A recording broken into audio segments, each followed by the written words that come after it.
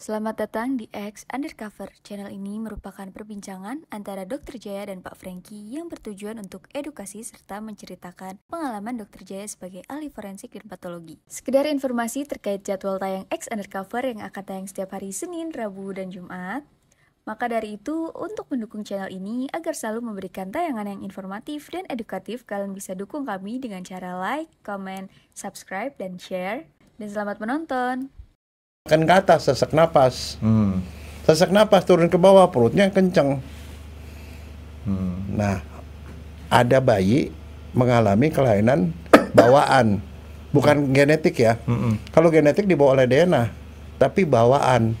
Waktu dia membentuk tubuhnya, kekurangan bahan, Franky. Bayi kekurangan bahan? Iya, diafragmanya bolong. Dok, ini kita bikin podcast mau ngikutin model kayak Unyil atau Osin, Nobita atau beda? Unyil orang pada nggak tahu, Franky. Itu mah cerita waktu kita masih kecil dulu. Oh, SMP. SM. Osin? Osin lebih lama lagi. Osin juga sama. Doraemon, Nobita, Dok. Itu masih oke lah. Nih, saya jelasin, Dok. Jadi kalau kita bikin podcast ngikutin kayak Doraemon, Nobita, artinya yang kita bahas di situ-situ terus. Kan saya nggak pernah lihat tuh Nobita naik kelas. Ya kan? Jadi terus aja gitu. Nah, kita mau bikin kayak gitu atau mau ada seri advance-nya gitu? Ya, ada serian dong. Oh, berarti pakai advance nih, Dok ya. Nah, kayaknya waktu kemarin, Dok, yang menurut saya, Dok ya, terutama kaum lelaki nih, Dok, banyak orang yang pengen lebih tahu ngebahas masalah hernia. Walaupun di otak saya tadi seringkali otak saya itu kan antara kata yang mirip-mirip itu seringkali salah. Karena ada satu rumah sakit yang mirip seperti itu namanya, tapi ya berarti rumah sakit hernia. Ada, tapi mirip tidak sama, Dok. Ditambahin satu huruf kali ya. Oke, nah itu kan hernia saya lupa, Dok. Penyakit lelaki atau penyakit dua-duanya, laki perempuan? Laki dan perempuan. Nah, pernah dengar nggak turun berok? Turun berok, tahu. Apaan? Itu turun berok. Jadi suka ngomong tapi kita nggak ngerti. Iya, saya suka ngomong turun berok. Katanya ya, berok itu apa sih, Dok? Saya beroknya nggak tahu, tapi pas katanya turun dari perut nyampe ke mana ya? Karena nggak ada tempat lagi kalau turun dari perut, Dok. Kemana tuh, Dok, turunnya, Dok? Nggak, makanya ini dia, itu ada satu istilah umum namanya hernia. Hernia itu adalah ada sesuatu yang ada di perut, dia keluar dari tempat perutnya. Itu hernia. Oh. Makanya hernia itu kan di kedokteran tuh kita nggak bisa ngomong hernia apaan. Oh. Nah, pernah dengar istilah investasi bodong? Investasi bodong, tahu. Apaan bodong apaan? Nah, kalau bodong dalam konteks investasi bodong, investasi yang bohong-bohongan. Yeah. Jadi identiknya bodong itu katanya palsu, padahal bodong sendiri waktu saya masih kecil itu untuk satu kondisi orang perut, tapi kemudian ada temen kakak saya, Dok, udah almarhum, itu nggak tahu kenapa dipanggilnya si bodong. Pernah diperiksa nggak dia? Enggak, tapi saya nggak yakin juga dia bodong, tapi kemana kamu nggak jadi orang mesti begini. Kalau kamu nggak yakin, kamu mesti periksa. Kalau nggak periksa, kamu nggak boleh sebut dia bodong. Nah, karena bodong tuh ada cirinya, Franky. Iya, saat itu bodong, yang istilah bodong, bahwa bodong itu palsu, bohong tuh belum populer, belum ada. Enggak, tapi sebenarnya bodong itu bukan palsu. Sekarang si investasi bodong emang investasinya palsu, investasi benar, Franky. Investasinya kegiatannya ada, tapi itu bodong tuh artinya nggak benar, karena dia istilahnya bukan diinvestasikan, malah istilahnya duitnya hilang. Kalau investasi ya benar-benar investasi kan uangnya nanti kan bisa kita tarik lagi. Kalau investasi bodong biasanya kita taruh ya nguap deh tuh duit. Isinya nggak ada. Nggak usah ditarik lagi, Dok, itu. Nah, betul nggak, Dok? Iya, tapi sekarang pertanyaan itu konotasi investasi bodong karena itu yang dikenal orang. Tapi kalau bodong yang kamu tahu tuh apaan tuh konotasinya? Yang jelas saya tidak bodong karena pusar saya ngedelep apa sih? Melesek masuk ke dalam. Ya. Ya. Kalau bodong? Bodong tuh dia punya pusernya tuh rata sama perut atau boleh bisa jadi nonjol keluar. Dia punya apa? Bekas potongan ari-ari gitu. Pernah ngelihat nggak? Pernah. Segede apa? Macam-macam. Macam-macam. Kalau iya, Bentuknya apa? kalau di video-video itu kan kadang-kadang kalau yang Pragawati tuh Pragawati aja ada yang pusernya bodong, Dok. Kan misalkan dia pakai swimwear kan kelihatan tuh. Dia punya pusernya bodong, tapi nggak bodongnya sampai nonjol, dia cuma rata perut doang. Tapi saya pernah ngelihat bodong tuh yang benar-benar nonjol kira-kira sekitar setengah senti, 1 senti deh ke depan. Saya pernah ngelihat yang segede gini, sekepalan. Jadi benjolan di puser yang kamu mau masuk ke dalam itu dia keluar segede kepalan begini. Oh, itu mah kelewatan. Nah, tuh. itu bodong yang benar kayak Ekstrim gitu. tuh. Enggak betul, ada. Nah, kalau yang begitu itu baru disebut bodong beneran. Kalau Paling yang, kalau tadi yang malu-malu cuman rata atau itu sebutnya apa? Nyaris juga, bodong, kan? Nyaris bodong. Kalau rata nyaris bodong, kalau dia udah keluar itu baru bodong lagi. Oke, jadi tapi betul kan? Jadi artinya yang nggak melesep ke dalam itu disebutnya bodong kan ya? Cuman bodong KW1. Oh, bukan KW. Bodong kualitas 1, 2, 3 sampai yang ekstrim. Sekarang pertanyaan saya gini, di bodong itu isinya apaan, Bang? Di yang tonjolnya tadi? Iya, misalnya ada tonjolan lah, segede kepelan atau segede telur ayam lah. Kulit kali, Dok ya? Hah? Kulit. Nah, kalau kulit tuh masa kulit jadi ini. Kalau kulit begitu kan namanya kutil, Franky. Bukan bodong. Iya, justru itu saya mau nanya sama dokter tuh, kalau orang bodong kayak gitu bisa kita betulin nggak sih dia punya penampilan? Jangan lompat ke betulin itu udah terapi, Franky. Iya. Diagnosisnya aja kamu belum. Kan pernah saya tanya istilahnya nih, ini bodong. Kan ada tonjolan di perut, di pusar. Tonjolan itu isinya apa? Itu dulu. Waduh, karena saya belum pernah belajar gituan, saya nggak kira-kira. Kira-kira yang tadi kulit sama itu kan bekas jalan makanan dari ibu ke bayi kan, Dok? Betul. Jadi pada waktu kita jadi bayi, masih jadi embrio, janin, kan si bayi itu kagak makan dari mana-mana. Dia makan pusarnya dia, ada tali, namanya tali pusat, terus nempel ke ari-ari, ari-arinya nempel ke rahim ibu. Nah, makanannya itu lewat dari rahim ibu, pembuluh darahnya masuk ke pembuluh darah di ari-ari, dari ari-ari masuk ke tali pusat, masuk ke situ. Nah, itu adalah jalur makanan si bayi waktu di dalam perut. Nah, waktu si bayi keluar, waktu melahirkan, itu ada 3 fase. Iya dong.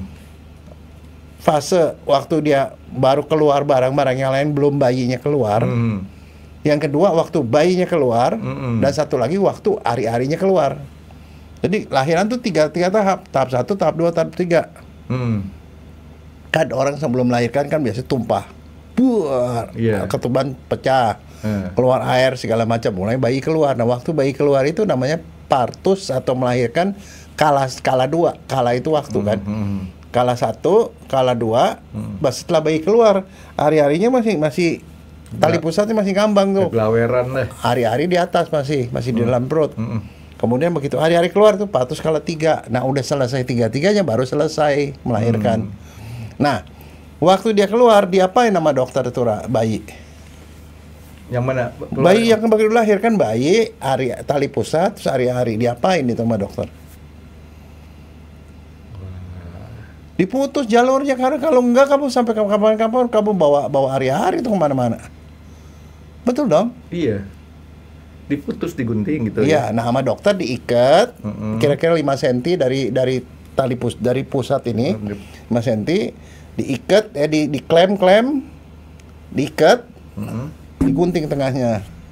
Gunting tengahnya. Nah, hari-harinya biasanya dikasih sama keluarga. Kasih keluarga, suruh dibawa pulang. Terus yang nempel ke ibunya? Lepas? Itu mah nggak ada urusan. Yang nempel ke ibunya? Kan udah copot. Ini rahim, ini hari-hari. Begitu hari-hari copot kan ibunya nggak ada. Nggak, nih kan gini, Dok. Ini kan kita anggaplah ya, ini bayi. Ini ibu tengah-tengah kan masih ada jalur itunya, selangnya tuh dok, dipotong tengah. Berarti kan ada yang masih ke sini. Nah ini kan ada lempengannya itu hari-hari, hari-harinya copot ibunya. Oh ibu bukan saluran. Dia luruh berarti sininya nih. Ini dia seperti kayak lintah nempel ke dinding. Ini lintahnya ini hari-hari, hari-harinya copot ya udah ibunya kemudian ininya kan rahimnya mengempes. Selesai, cuman seperti dinding ditempeli sama kalender. Kalendernya dicopot. Jadi ibunya kagak ada saluran. Nah sekarang ada saluran kan si bayi nih. Si bayi ini punya saluran, bekas saluran. Yang keluar, nah ini sama dokter, biasanya sama dokternya itu dibungkuskan. Hari-hari yang tinggal 5 cm kecil itu loh, yang sisa di sini. Dibungkus sama dokter, dikasih betadine, dirawat-rawat 2 minggu dia copot. Yang sisanya tuh yang keluar dari usus itu dicopot. Dok, sebentar dok, saya tuh penasaran kalau misalkan itu kan kita pakai dokter atau pakai bidan gitu ya. Sama aja. Nah sekarang kalau dia melahirkan sendiri kan, ada tuh. Ada. Nah sekarang sendiri. Yang paling ekstrim mana? Papua. Ya di Papua ataupun di negara-negara yang terbelakang. Jangan kita cek nggak tahu di tempat lain. Tapi kalau Papua itu udah jelas. Karena kenapa Papua itu Indonesia. Indonesia dan dia itu memang tidak ke dokter kalau melahirkan. Ngomong-ngomong minggu depan saya mau ke Sorong nih dok. Begini, ini cerita nih teman saya tuh puskesmas di Tiom. Orang di suku Asmat.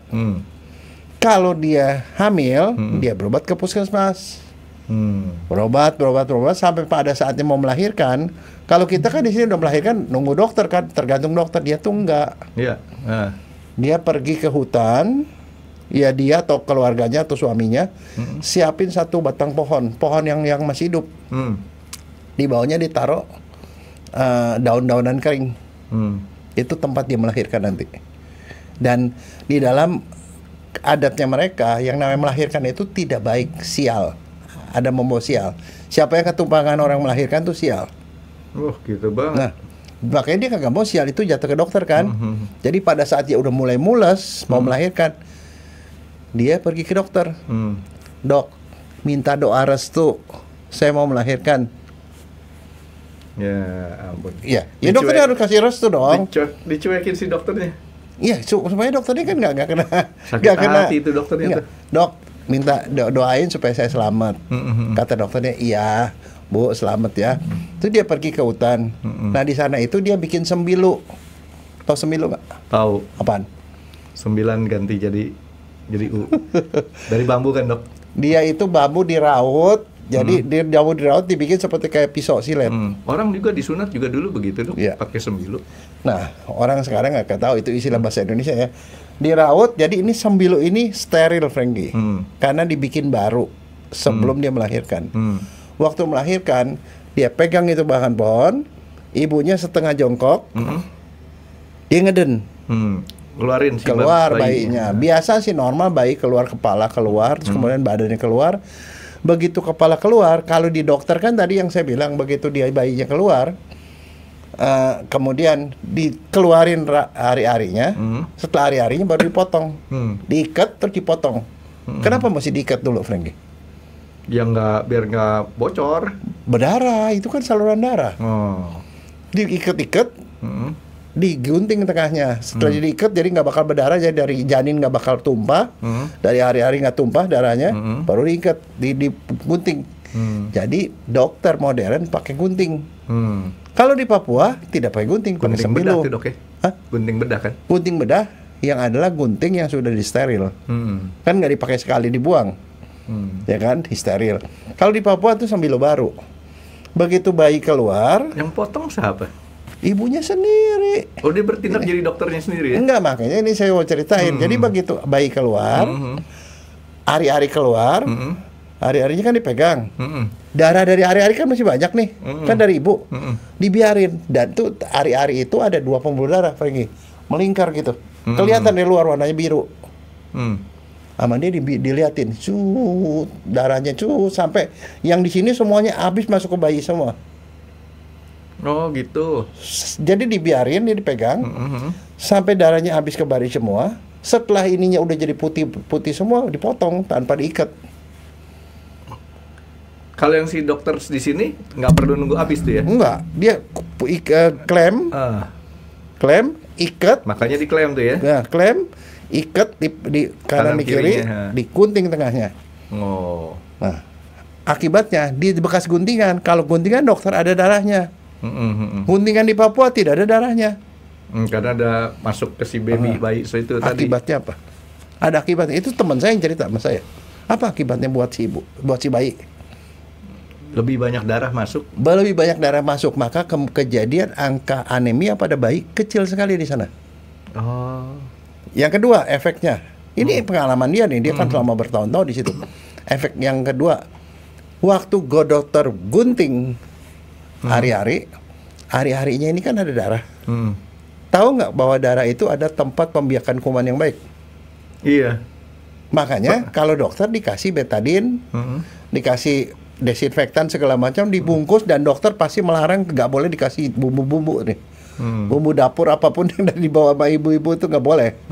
Harus dibikin steril, didiamin terus sampai nanti lama-lama kering tuh. Yang putungnya kering setelah 2 minggu dia copot. Jadilah puser. Nah, karena kalau ini nggak dirawat dengan benar, misalnya dia diikat, digunting, tapi ini dikasih bumbu, sama ibunya dikasihkan, kadang-kadang ada tradisional, pakein bebekan ini, apa, kasih macam-macam. Akibatnya infeksi, bayinya tetanus. Angka kejadian tetanus bisa bikin bayi mati, Franky.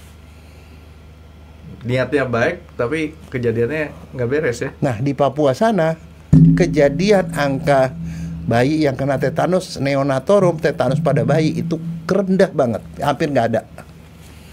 Nah, jadi pertanyaannya pinteran orang sana apa dokter ya, Dok? Loh, itu ribuan tahun, Franky. Dia udah ribu. Iya, nggak, artinya kan ternyata kan itu ribuan namanya tahun tuh lebih pinter. apa? Kebijakan lokal. Nah, saya cuma ngomong, teman saya ngomong gitu. Saya bilang, gila ya. Kita di sini setengah mati nih, orang dijaga juga jangan sampai kena tetanus. Kan di sana tuh ternyata dengan cara seperti itu. Itu yang terjadi. Nah, sekarang kamu tahu kan, itu tempat di sini bolongan itu. Itulah yang kemudian jadi pusar. Karena dicopot. Nah, puntungnya nih, diapain? Kamu kan punya anak 2. Kamu apain itu puntungnya? Kan puntungnya ada di rumah. Kalau hari-hari mungkin kamu kasih ke rumah sakit kan? Suruh rumah sakit diapain? Ini yang masih nempel sama si bayi, Dok? Enggak, kan begitu kan diputus nih. Hari-hari apa tali pusatnya kan dikasih ke rumah sakit. Tapi kalau saya enggak, kalau saya bawa pulang ke rumah. Saya olah. Kalau saya, kebanyakan keluarga enggak, ke rumah sakit aja kan ditanya mau dibawa pulang apa enggak. Kalau dia dikasih ke rumah sakit udah selesai. Tapi puntungannya ini kan kesisanya di rumah 1 minggu atau 2 minggu kemudian. Itu ditaruh di kain putih, disimpan dah tuh. Disimpan di mana? Nah, justru itu saya sendiri lupa taruhnya di mana tuh. Lah, kamu tuh mesti care. Sebenarnya kalau orang-orang yang zaman dulu ya, itu laku berapa, Dok, kalau dijual? Loh, itu sumber DNA, Franky. Oh, kirain laku dijual, Dok. Enggak. Ada orang yang punya anak 10, zaman dulu kan ibu-ibu kan punya anak 10. Dia bikin kotak gitu loh, di kotak apa gitu ya. Yang kotak bekas perhiasan atau apalah itu. Ini anak pertama, anak kedua, anak ketiga, itu jadi puntungan kering itu. DNA-nya tuh sampai dia umur tua juga, sampai ini tuh masih ada tuh DNA-nya. Masih isi ada, ditaruh di mana, Dok? Ya, ngomong itu harta karun. Terus udah gitu masalah itu satu ya. Puntungan itu disimpan ke orang dulu. Tapi kalau orang sekarang sih mungkin habis gitu dia langsung dibuang aja sama dia. Nah, hari-harinya ada orang yang beranggap itu adalah kembaran si bayi, karena itulah yang menghidupi si bayi selama 9 bulan lebih kan. Itu dianggap kembarannya. Maka pada dalam itu tradisional orang Jawa atau apa ya, yang beberapa daerah dianggap sebagai kembarannya. Maka itu kadang-kadang disuka dikasih sesajen atau apalah, whatever lah zaman dulu. Atau dikubur, ada diupacarain, ada upacara adat tentu untuk begituan. Kembarannya kamu tuh ada di situ gitu loh. Nah, itu seperti itu. Nah, waktu dia ditanam biasanya malah dikasih ke guci dan segala macam, ditanam dikasih lilin dan segala macam selama seminggu gitu. Apa, Dok, ditaruh di guci? Ya. Mahal, Dok. Guci, Dok. Enggak, gucinya guci itu. Guci yang dari Lempung. Guci, Charles Jordan, Dior. Itu change 2, ini change 1. Oh, Enggak, itu maksudnya saya gitu. Nah, sekarang balik ke bodong. Ini kan sebenarnya ini titik lemah nih. Sebenarnya ini bolongan, Frank, bolongan yang sebenarnya dia tempatnya makan. Nah, bayi itu kan tugas kerjanya apa? Tidur nangis. Nah, itu waktu dia nangis, tekanan kan dari paru menekan ke bawah. Tekanan di perut nih kencang. Titik paling lemah di situ. Nah, di situ kan ada kulit. Ada orang kalau nangis makin kencang, makin banyak seperti tiup balon, lama-lama jadi gendut. Oh, gitu. Jadi kalau namanya bodong itu yang pertama isinya angin. Jadi kalau kamu pencet cuk masuk kalau angin, tapi kayak balon gitu loh. Jadi mesti kalau bayi lagi mau ngadan kayak gitu kita pakai bulu air enggak jadi kenceng deh, Dok. Jadi setiap kali dia nangis kecil. Nah, itu namanya bodong. Nah, tapi kadang-kadang kan kalau namanya balon kalau ditiup terus kan kadang-kadang ya kembung terus jangan balik-balik. Nah, cuman cilakanya waktu ditiup-tiup itu lubangnya juga makin gede. Di dalam isinya usus. Ususnya nyemplung ke situ lagi. Ya. Nah, akhirnya kalau pada fase seperti misalnya dia udah segede gini, itu bisa aja isinya usus lagi. Usus yang mana tuh? Usus halus. Usus halus yang paling panjang. Usus halus kan panjang sekali. Mungkin kalau orang dewasa bisa 10 meter. Kalau itu kan berapa sentinya masuk jadi gede. Kalau dia nangis, Iya. Nah, kebayang nggak? Nah, sekali waktu. Tapi kalau yang namanya bodong begitu, sekarang bagaimana orang-orang zaman dulu itu mencegah supaya itu nggak terjadi, Franky? Supaya orang nggak bodong. Kebayang nggak? Perempuan cantik, tapi burusannya bodong. Gede lagi. Itu yang saya bilang tadi, Pragawati itu kalau lagi dia show swimwear di Fashion TV, kan kelihatan tuh ada yang perutnya bodong, ada yang cekung kecil, coking banyak. Kalau ada yang isinya banyak hitam-hitam mereka. Itu tabungannya banyak, Dok. Kalau biasanya sih itu cari duit kuno, Dok. Duit kuno, gobangan istilahnya kan ya. Terus dari bahan apa? Kuningan. Orang-orang sekarang sih kayak tembaga ya. Tembaga, terus kuprum.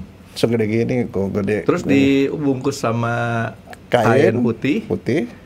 Ditaruh dibebet pakai gurita. Makanya anak kecil dikasih gurita. Gurita nama kerennya apa sih? Ya gurita. Korset kali ya. Korset bayi. Itu bayi. Namanya gurita. Gurita ada dua, kalau orang melahirkan ibunya pakai gurita, anaknya pakai gurita. Anaknya pakai cumi-cumi. Kenapa si ibunya kasih gurita? Biar penampilannya fit lagi. Supaya perutnya nggak makin gede, Franky. Kan dia waktu hamil kan ke besar.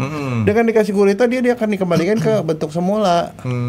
Nah, ini kan diikat tuh, ada 10 ikatan atau 12 tuh. Kamu tanya deh istri kamu tuh berapa ikatannya? 1, 2, makin lama makin kecil, lama-lama dia balik ke seperti asal. Karena kalau nggak melebar, Franky. Tapi kalau bayi, guritanya itu dipakai buat mencegah supaya dia nggak bodong. Nah, untuk membantu supaya guritanya itu posisinya tetap, yaitu dikasih duit.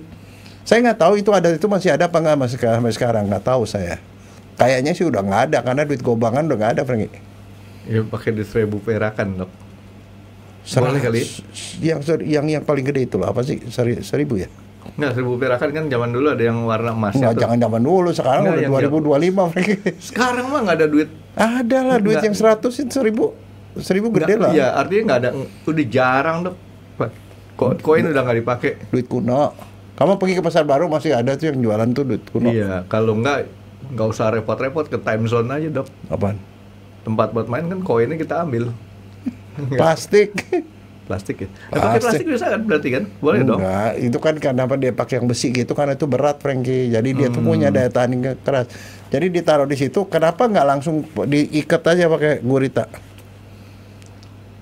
Nggak ada buat itunya, nggak ada buat ngomongnya. Tahanannya. Itu buat tahanannya tuh makanya pada sesuatu yang datar. Tempel situ terus baru diikat sama gurita.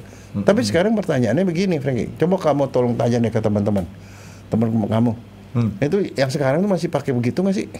Ntar juga yang komen juga akan kasih jawaban tuh, Dok. Mudah-mudahan yang komen rame gitu kan. Nah, kalau masih itu dilakukan persis seperti itu, saya bukan yakin banget itu dia itu tidak akan bodong.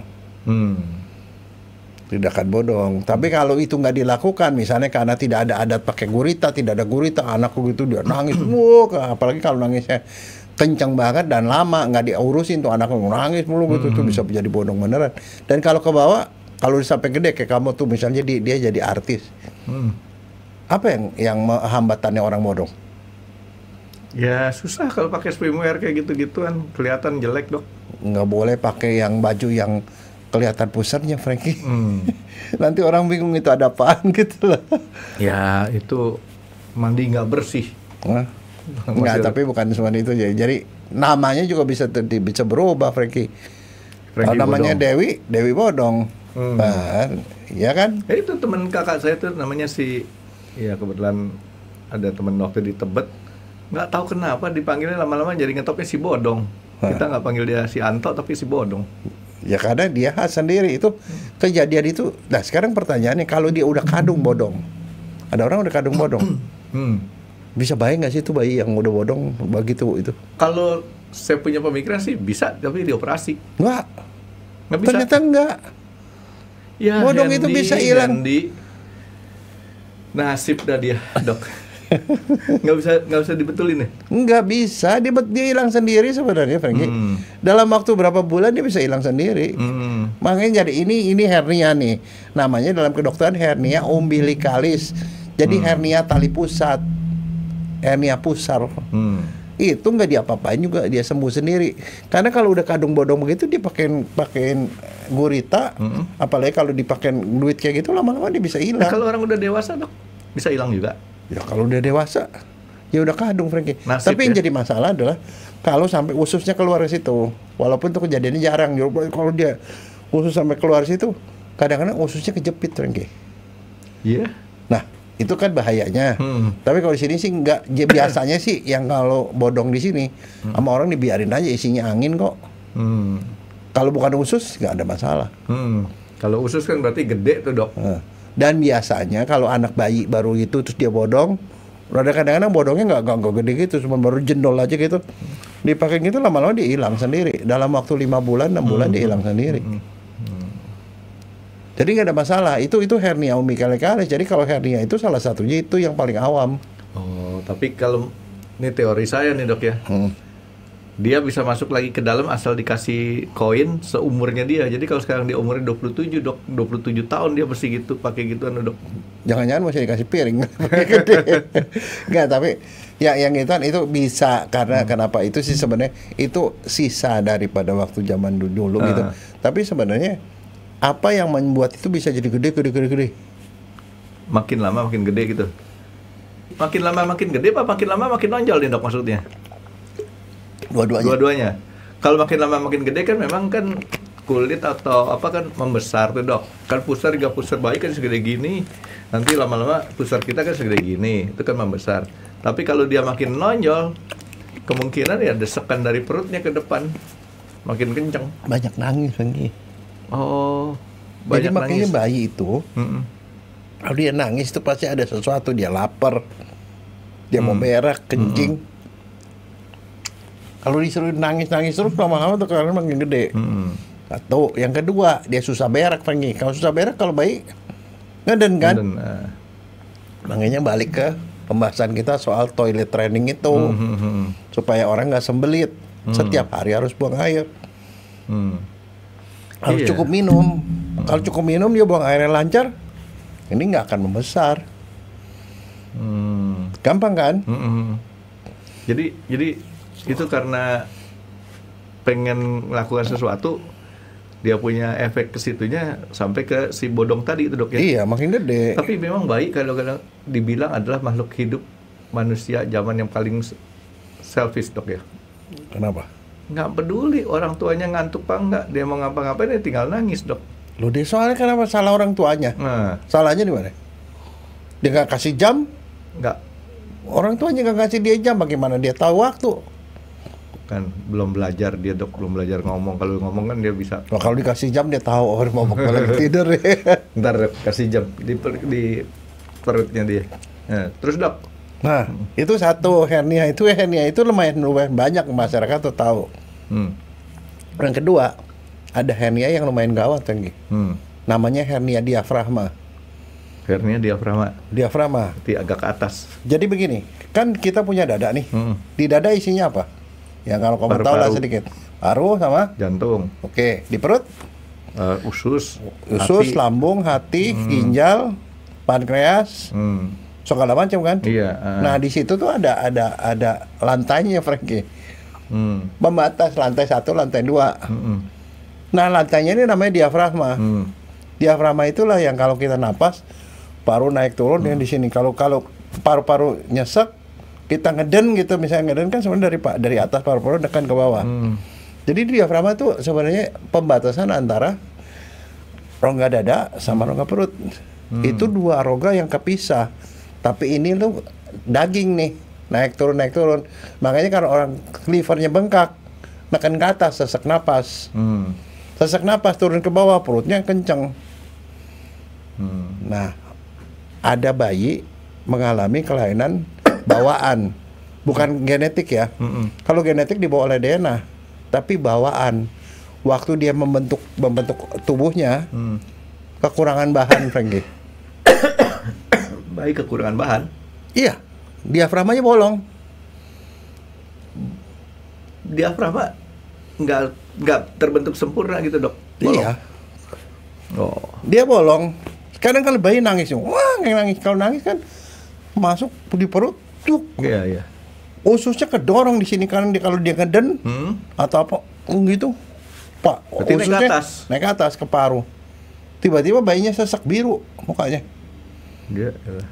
Jadi bayi baru lahir, dia nangis tuh, mukanya biru. Ada dua, bisa karena kelainan jantung, itu kelainan jantung bawaan, bisa juga diafragma bolong, hernia diafragma namanya. Tadi hernia umbi apa, Dok? Umbilikalis, daerah pusat, hernia diafragma. Nah kalau hernia diafragma, setiap kali dia nangis, setiap kali dia ngeden, dia sesak napas karena paru-parunya kegencet. Keisi, kebayang nggak sih usus itu masuk ke dalam paru? Nah kadang-kadang ke paru kanan atau ke paru kiri, kalau dia ususnya naiknya banyak, itu nggak bisa napas lagi. Biru langsung mukanya. Iya. Kurang oksigen. Kalau gitu mesti diapain? Waktu bayi-bayi itu masih merah gitu, harus dioperasi. Ditambal itu bolongannya. Nah, problemnya adalah gimana kita tahu dia bolong enggaknya tuh? USG, CT scan, MRI. Jadi oke, sebentar, Dok. Kan kita pada waktu dia lahir kan kita belum bisa mendeteksi dia ada bolong nggak nih, Dok. Ya kan, betul kan, Dok ya? Ya. Nah, kita bisa mendeteksi dia enggaknya pada waktu dia mulai biru. Berarti ada kelainan nih.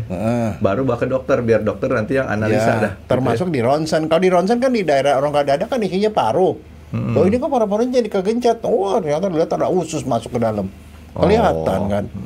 Pakai ronsen, CT scan, MRI. Kalau udah ketahuan gitu udah langsung harus cepat-cepat. Kan nggak mungkin kita mencegah bayinya nangis kan. Iya. Nggak mungkin mencegah bayinya yang dia ngeden kan. Nah caranya ya harus ditempel. Ditempelnya pakai apa, Dok, bahannya? Ya serahin sama dokter sana lah, dokter bedah anak. Pakai TikTok. Bukan urusan kita, Frankie. Saya cuma ngomong bahwa ada yang namanya seperti itu. Jadi, kan ada beberapa. Artinya kudu dibenerin lah ya.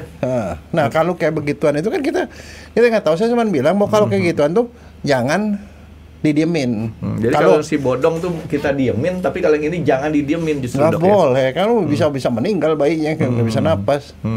Ya walaupun kejadian nggak terlalu sering, tapi kalau kejadian itu terjadi kan orang bilang apaan itu? Kita nggak pernah tahu. Ya ini makanya kita kasih tahu ada namanya hernia seperti itu. Jadi usus itu ada di luar tempatnya. Yang satu kalau umbilikalis masuk ke sini ke pusar, kalau itu masuk ke rongga dada. Aduh, itu hernia juga sebutannya. Hernia diafragma. Hernia diafragma. Pengobatannya operasi. Nah yang tahu dokter, makanya kalau kayak begituan mesti bawa ke dokter. Makanya kalau bayi baru lahir diperiksa ke dokter anak, kan? Tadi berobat ke dokter kandungan. Begitu bayi lahir kan udah langsung di-over ke dokter anak. Dokter anak tuh memantau. Di awal-awal dia mungkin lebih sering dipantau ada kelainan apa enggak. Tapi begitu dia udah nggak ada, udah aman lah. Habis itu nanti paling sebulan sekali baru kontrol ke dokter anak. Jadi kalau anak baru lahir kan istilahnya kalau dia nggak ada masalah, nggak ada gangguan, nggak perlu lah ya di CT scan ataupun di ronsen segala macam ya. Cuman begitu ada apa namanya yang nggak normal itu jangan ditunggu tuh ya. Saya ada pengalaman sama anak saya yang ketiga. Kenapa dia, Dok? Begitu baru lahir, mukanya sering biru, Frankie. Kan saya dokter. Mukanya sering biru. Iya, biru gitu sampai muka merah terus biru gitu. Dia ngelihat itu makhluk halus kali, Dok. Enggak, tapi kan saya dokter. Oh iya, lupa. Dokter Jaya ya. Dokter. Lah, muka biru begitu. Pikiran satu yang paling berat apa? Ada jantung. Kelainan jantung. Sampai pergi ke spesialis jantung. Diperiksa begini. Nggak taunya bapaknya di-prank sama dia ternyata. Tahu nggak apa? Kenapa? Dikasih minum susu, susunya ditaruh di sini. Dia nyimpen susu jadi kayak hamster. Tahu ya hamster ya? Hamster itu kalau dikasih makanan tuh dia berebut sama temennya kan. Disimpan semua di sini nuh. Kan sampai mukanya sampai rahangnya gede gitu. Itu karena isinya makanan. Dia nyimpen itu. Lah kalau dia nyimpen susu di pipi lah ya. Akibatnya apa? Dia nggak bisa napas. Dia nahan napas kan? Oh gitu. Kamu kebayang nggak? Tahan napas ya biru lah mukanya. Kita tahu itu bapaknya di-prank sama dia. Padahal kita udah 4 votan. Nah itu artinya dia mau tahu nih. Ini dokternya lulusnya benar apa enggak nih? Udah sampai saya bolak-balik ke dokter jantungnya. Ini ada apa? Enggak, diperiksa jantungnya semuanya normal. Terus kenapa dia bisa biru begitu? Sering biru gitu ya? Dia nyimpan di emut. Bukan di emut, di kemu biasanya disebutnya, Dok ya? Ya nggak tahu lah itu di kemu. Tapi maksudnya ya kadang-kadang ya itu yang paling aman kayak gitu. Dengan bawa ke dokter dan dia tahu kalau udah salah gitu berarti aman kan, udah selesai. Oke. Nah itu ada 2 tadi, hernia umbilikaris sama hernia diafragma. Itu yang satu ke tengah, satu lagi ke atas. Ya. Padahal yang selama ini orang ngomong tuh hernia yang ke bawah nih, Dok. Ya. Nah kan? itu sebabnya makanya saya bilang hernia itu topik yang cukup gede, Frankie, di kedokteran. Dan itu semua dokter umum juga tahu begituan. Cuman SKS, Dok ya. Itu kuliahnya panjang lagi. Nah, hernia. Nah, sekarang pertanyaan kalau hernia pada orang anak kecil juga ada, orang dewasa. Nah, hernia yang nggak mau tahu, yang di luar bodong sama itu, karena itu kan orang biasa ini disebutnya bodong bukan hernia. Ya dong, kalau orang awam. Yang hernia yang benar tuh hernia yang ada di selangkangan atau di biji. Atau di selangkangan sini. Saya sih belum pernah lihat benar-benar kayak apa. Tapi selalu kalau dibilang, yang tadi dokter bilang, awas loh, jangan angkat yang berat-berat, ntar turun bro. Nah, udah kita mesti waspada tuh dengan omongan kayak gitu aja, Dok. Nah, yang turun bro kebanyakan laki. Karena sekarang gini. Kalau yang tadi itu dua-dua, Dok ya, laki perempuan. Laki perempuan bisa ya? kena. Itu karena ada masalah. Kalau yang pusar ini semua punya resiko. Oh, diafragma itu ya kalau ada kelainan udah bawaan lah. Nah, sekarang gini. Oh, itu yang diafragma kebanyakan bawaan. Iya, bawaan dari sejak lahir. Jadi dia akan biru dari awal. Nah, sekarang begini. Tapi makin lama bisa makin parah karena dia sering nangis kan, usus makin banyak ke atas kan. Makrobeknya makin gede lagi kayaknya. Iya. Nah, sekarang ada yang namanya orang turun bro. Nah, sekarang kembali lagi ke cerita pada waktu di awal. Saya bilang, yang bikin jenis kelamin itu apa sebenarnya? Gen, kromosom seks namanya. Kita punya 22 pasang, ditambah XY kalau kita laki-laki, XX kalau kita perempuan. Nah, pada waktu kita jadi janin, ini ada ginjal 2 nih, kanan kiri. Ginjal itu ada salurannya, ureter masuk ke kandung kemih kan. Di situ ada 2 biji. Yang waktu dia lahir pelan-pelan turun ke bawah. Kalau perempuan dia nyangsang di panggul, jadi ovarium. Kalau laki-laki terus dia masuk ke saluran. Saluran ini di selangkangan. Dari perut masuk ke selangkangan, terus dia turun sampai ke kantong zakar. Jadi pada waktu dia lahir, itu biji itu baru aja turun ke bawah. Tapi ada saluran terbuka tuh, terowongan terbuka dari perut sampai ke kantong. Itu kalau bayi normal, salurannya itu menutup nanti dengan sendirinya. Kamu misalnya punya jalan nih, terowongan di ke gunung, tapi di situ jarang ada mobil lewat, lama-lama kan bisa keuruk kan? Ya udah kelar, pokoknya tuh ditutup aja lah gitu ya. Ya. tutup, normal ketutup, Frankie. Tapi pada beberapa orang, pada waktu dia masih kecil, barangkali gara-gara dia nangis apa, keisi angin. Lama-lama lubangnya nggak ketutup. Jadi ada saluran dari perut sampai ke kantong, kebuka terus. Ini laki nih ya? Laki. Kalau perempuan kayaknya nggak begitu ceritanya. Makanya sekarang dibilang, makanya kan saya bilang turun bro.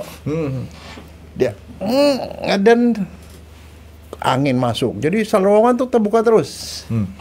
Yang kasus kayak gini sama juga nggak kasusnya penyakit bawaan, apa keadaan bawaan, Dok? Bukan bawaan. Itu emang salurannya memang ada. Kalau yang tadi kan bolong, kebanyakan bawaan, dokter bilang. Ini bukan bawaan, memang udah salurannya ke situ. Sebab kalau kalau telurnya nggak turun ke bawah itu jadi abnormal kan, kita udah ngomong. Nah masalahnya telur udah pasti dari situ. Jadi itu saluran itu memang terbuka. Yang normalnya salurannya ketutup. Yang normal dia nggak ketutup. Dia bukan bawaan. Semua orang ada saluran itu, tapi orang normal ketutup, dia nggak ketutup. Nah apa yang terjadi kalau orang itu angkat besi, angkat berat, ngeden kan, tekanan kencang, usus ini tekanannya gede, Frankie, isinya angin, dia masuk ke tempat terowongan itu. Dia nyari segala cara lah ya pokoknya buat itu. Ya sama aja kalau kamu lempas ular terus situ ada terowongan, dia masuk kan gitu. Dia masuk situ terus. Lama-lama usus sedikit masuk, dia lagi nggak ngeden, dia naik ke atas lagi, kurang masuk loh. Sekali waktu kalau jemplos sampai ke kantongnya jadi gede. Wah. Itu namanya turun bro. Nah, itu sih turun. Itu namanya hernia inguinalis. Inguinal itu adalah lipat paha. Hernia lipat paha. Jadi dia nonjol sini, dia ususnya tuh ada di si lipat paha. Kalau dia udah parah lagi, dia masuk sampai ke kantong. Saya pernah dapetin pasien yang kantongnya keisi segini, usus segini masuk ke dalam. Segede buah melon. Dia bisa masuk keluar, tapi lama-lama kalau dia udah sering keluar masuk, tekanan di sini tinggi terus, dia lama-lama nggak balik-balik lagi. Biasanya kayak gitu dok. Orang-orang nyebutnya apa? Apa? Wah dia abis kencing sembarangan tuh, kesambet, ya nggak dok? Itu kadang-kadang disebutnya burut. Iya. Bahasa orang-orang awam tuh bilangnya burut, turun ro. Nah kelihatannya apa? Kalau dia masih di daerah sekitar selangkangan, dari selangkangan ini di selangkangan itu ada jendolan, jendolan seperti terowongan gede sini. Kalau dipencet lembek karena isinya usus, yang isinya angin. Kadang-kadang nggak keisi usus, kalau nggak keisi usus dikempes. Kalau dia ngeden, turun naik turun. Nah sebenarnya itu kalau kayak gituan yang paling mengganggu orang kalau dia ususnya udah masuk nggak balik-balik. Sakit tuh ya? Mula-mula nggak sakit, lama-lama bisa sakit. Kan lama-lama usus banyak, dia kepencet. Ngilu dah ya? Bukan ngilu, bisa masuk UGD langsung operasi, Frankie, itu sama seperti usus buntu. Oh. Ini ususnya itu bisa mati, kepencet gitu mati, dia karena nggak dapat darah mati, harus dipotong ususnya. Dok, sebentar, otak saya kebetulan lagi mau nanya. Kalau dia sudah normal nih dok, diafragmanya normal. Dia punya saluran bawahnya juga normal. Bisa nggak orang udah gede terserang hernia? Bisa, kalau dia olahraga angkat berat. Artinya tetap masih ada resiko. Resikonya ada orang angkat berat, sering angkat benda berat, olahraga angkat berat ya, angkat besi misalnya, sering ngeden, sembelit, kan suka ngeden. Kalau ngeden keluar masuk, lama-lama dia keluar nggak bisa masuk. Berarti saya nggak boleh angkat simiko dok. 48 kilo tuh anjing sekarang. Dan satu, kalau istrinya udah gede jangan diangkat, Bang. Waktu kecil masih pacaran boleh lah, itu kan kayak di film India tuh, dia diputer-puter gitu. Kalau udah gede gitu nggak tega dok ngomongnya dok. Lo nggak tergantung isinya gede apa enggak, Bang. Jadi tahu lah kebatasannya kita. Kalau kamu pas kebetulan itu salurannya itu udah nutup, nggak ada masalah. Tapi masalahnya kan kadang-kadang saluran itu terbuka terus karena kamu ngeden terus pada waktu kecil. Artinya kan kita normal atau nggak normal, resiko itu bisa terjadi tuh dok ya. Iya. Nah makanya, tapi biasanya itu jadi parah itu waktu orang sudah dewasa, bukan anak-anak. Kalau umbilikasi dari anak udah ada, diafragma dari kecil. Tapi ini pada waktu dia mulai ya SMP, SMA, SD juga bisa kalau disering angkat barang berat. Kadang-kadang kan ada anak yang sama orang tua disuruh kerja keras. suka ngeden apa. That's why kembali lagi orang ngeden nggak boleh, Frankie. Nah orang ngeden kenapa? Sembelit, keras. Kenapa beraknya keras? Karena nggak biasa berak tiap hari. Kurang makan serat, kurang makan sayur, kurang makan buah, kurang minum. Nah itu semua bikin gangguan itu. Nah sekarang apa yang terjadi? Itu ada gejalanya nggak? Di awal tidak, Frankie. Cuman kelihatan, kok kenapa dia gede, jendol, hilang, jendol hilang. Lama-lama terus udah ke kantong, kok kantongku jadi gede? Ya kalau kantong gede kan pakai celana juga susah. Ya dong. Kantong gede, kecil. Kali waktu udah dibawa terus. Kamu kebayang nggak kalau ada biji segede kelapa begini? Saya pernah ngedapetin segede kelapa. Nah, pakai celana gimana, Frankie? Cuma pakai sarung yang bisanya, Frankie. Kan kadang-kadang orang tuh kena dengan kondisi kayak gitu malu ke dokter tuh, Dok. Wah, gede gitu kan. Ntar dipikirnya habis kayak tadi kencing sembarangan. Kita masukin pakai tangan ke atas lagi bisa nggak, Dok? Bisa. Di awal bisa masuk, keluar, masuk, masuk.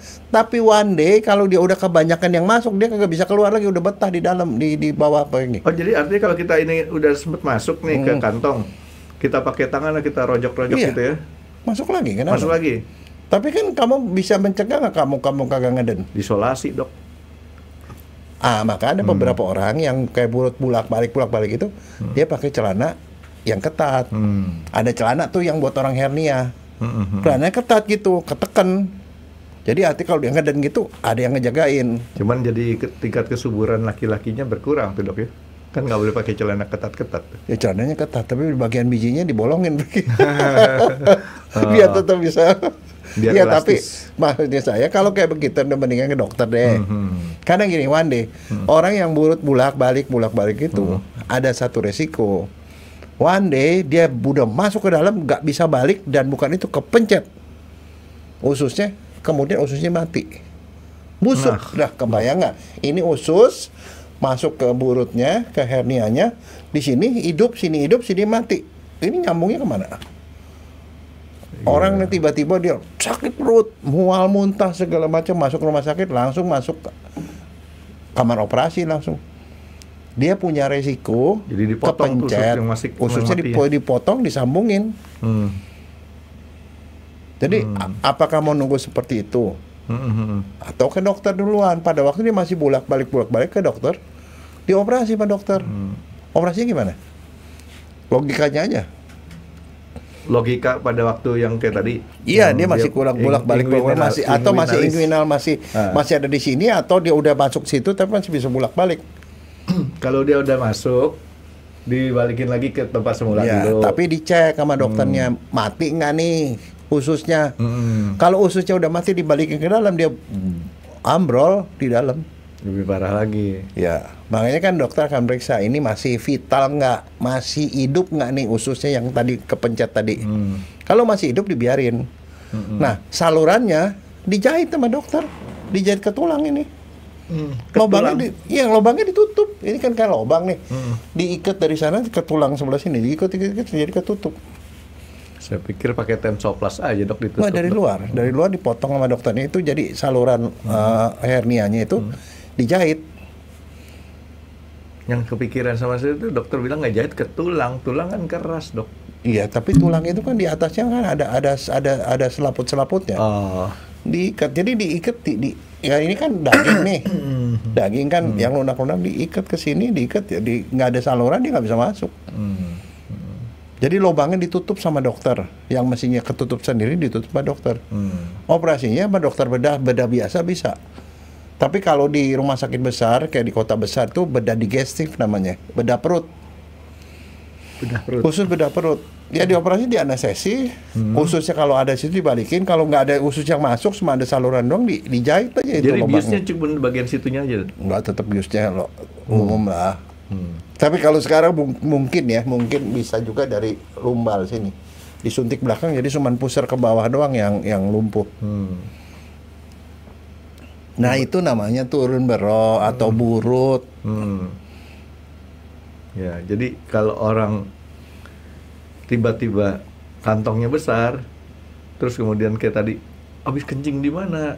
Oh, belum tentu. Jangan berpikiran ke arah sana dulu gitu dok ya. Mestinya artinya yang kita mesti curiga tuh artinya ini kemungkinan adalah hernia. Nah itu kenapa bisa begitu? Karena belum tahu diagnosisnya udah langsung terapi.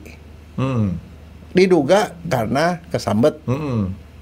Terapinya ke dukun. Iya. Nah, jangan gitu. Jadi makanya jangan suka lompat.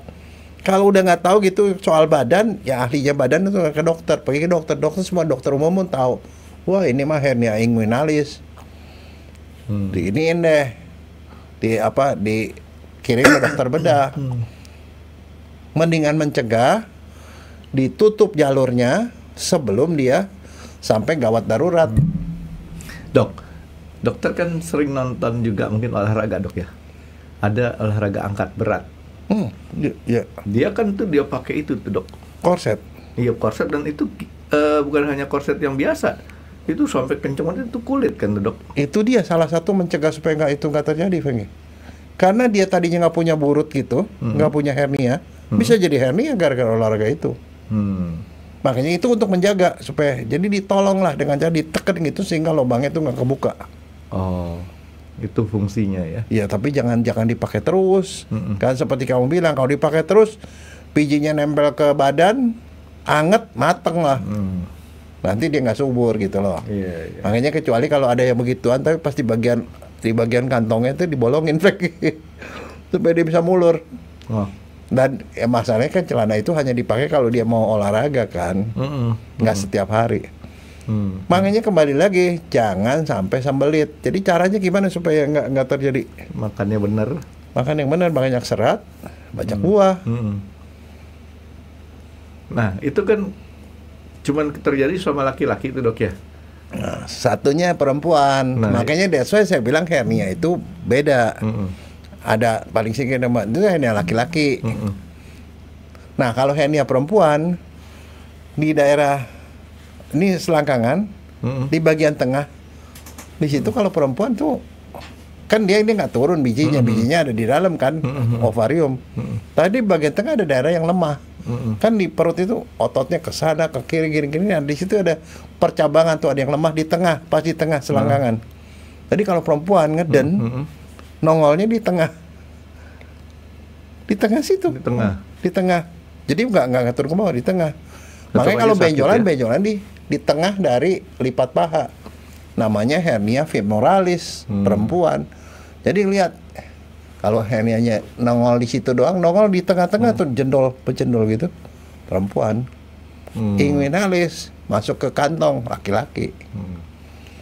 Ini pikirannya agak kurang masuk akal nih dok. Boleh. Diafragmanya bolong dua-duanya di sini perempuan. Naik ke atas dok. Iya.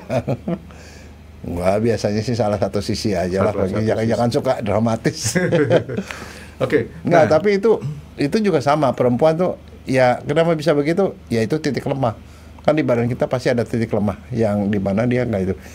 Terapinya sama. Jadi dia gitu, yang masuk jendol kecil, sama juga. Keluar masuk gede kecil, tapi kalau didiemin bisa jadi dia nongol dan kepencet di situ. Kalau kepencet sama kondisinya gawat darurat, masuk UGD langsung masuk kamar operasi. Hasil akhirnya kalau dibiarin meninggal dok ya? Nggak bisa. Ya kan? Kalau dia naik ke atas, dibiarin sesak napas terus-terusan, paru-parunya nggak kembang terus, ya meninggal kan orangnya kan? Atau dia yang ini. Ya tapi kalau yang hernia inguinalis sama yang femoralis nih yang perempuan, itu baru meninggal, baru gawat darurat tuh pada saat dia kejepit dan mati ususnya. Tapi itu kan proses lama, keluar nongol, keluar masuk lama-lama kalau udah gitu mendingan ke dokter aja dah. Oh tuh prosesnya lama tuh dok ya? Lama, bisa bertahun-tahun. Oh bertahun-tahun ya? Iya. Saya pikir itu proses yang sebenarnya kalau misalnya dia emang ada seperti itu, dia pakai korset segala macam, dia mencegah supaya dia nggak ngeden, supaya nggak sembelit segala macam, ya dia bisa lebih lama prosesnya sampai. Ya kan sebenarnya kan badan kan punya kemampuan self recovery itu dok ya. Betul. Kalau misalkan dia kebuka, kita nggak ada dorongan lagi kan, tentunya lubang tadi kan bisa ngecilin lagi dok ya. Iya.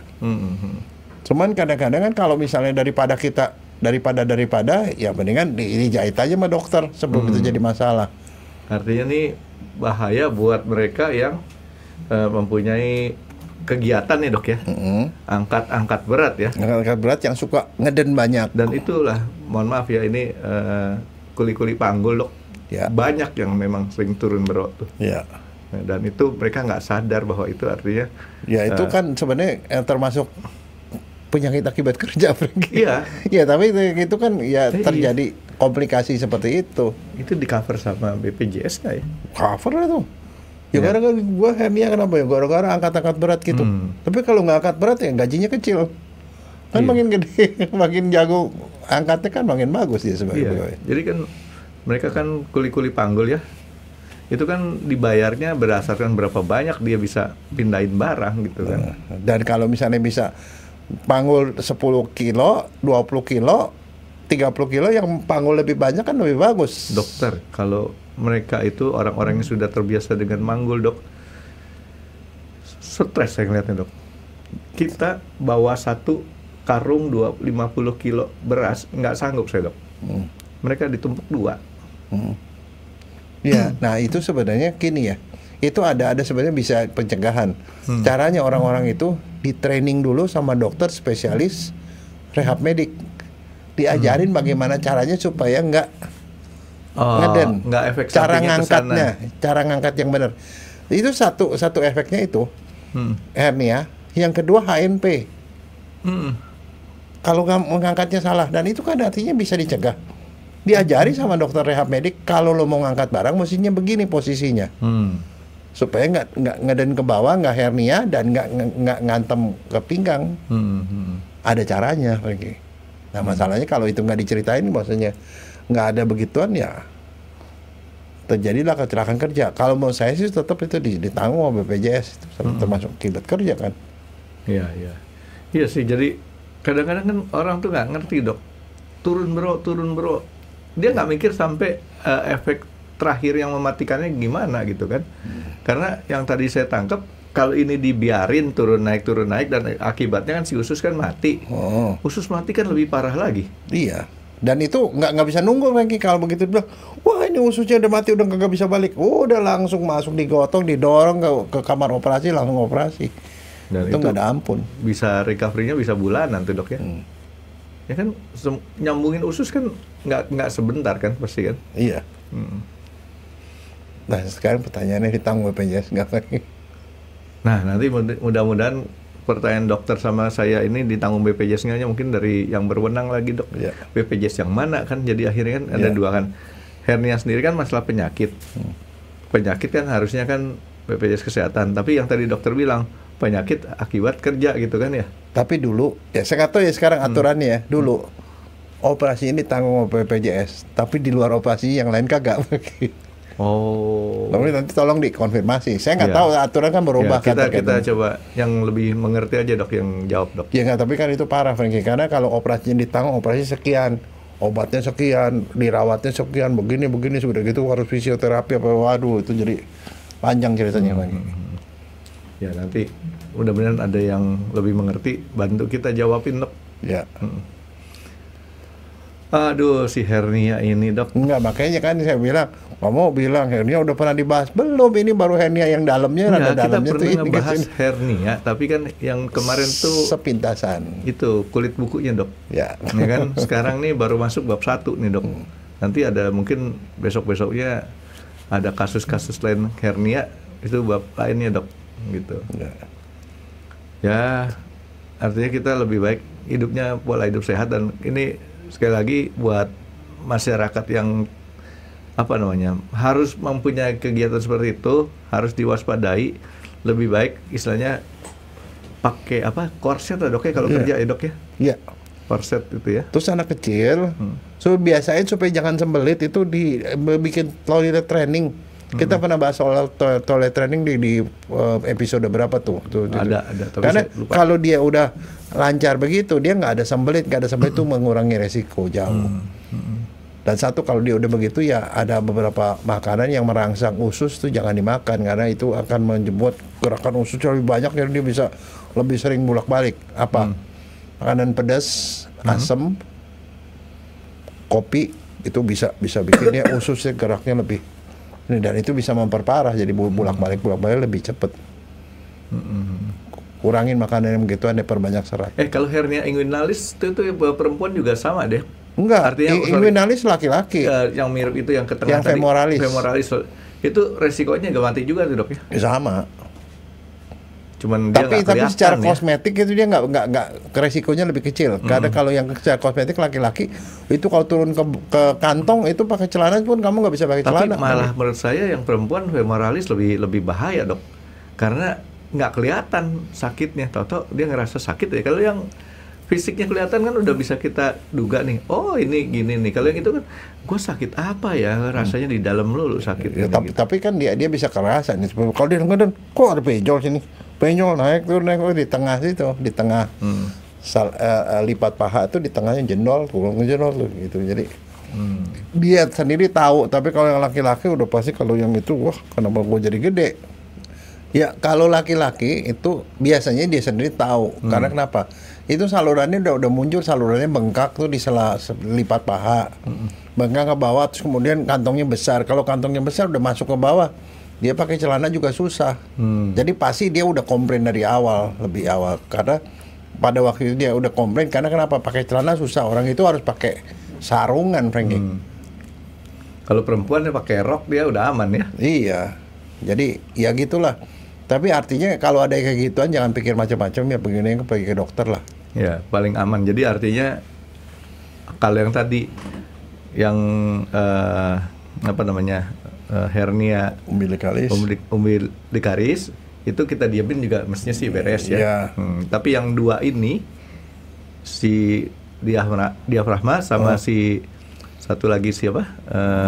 Hernia inguinalis sama femoralis itu kedukunnya ya, dokter maksud saya.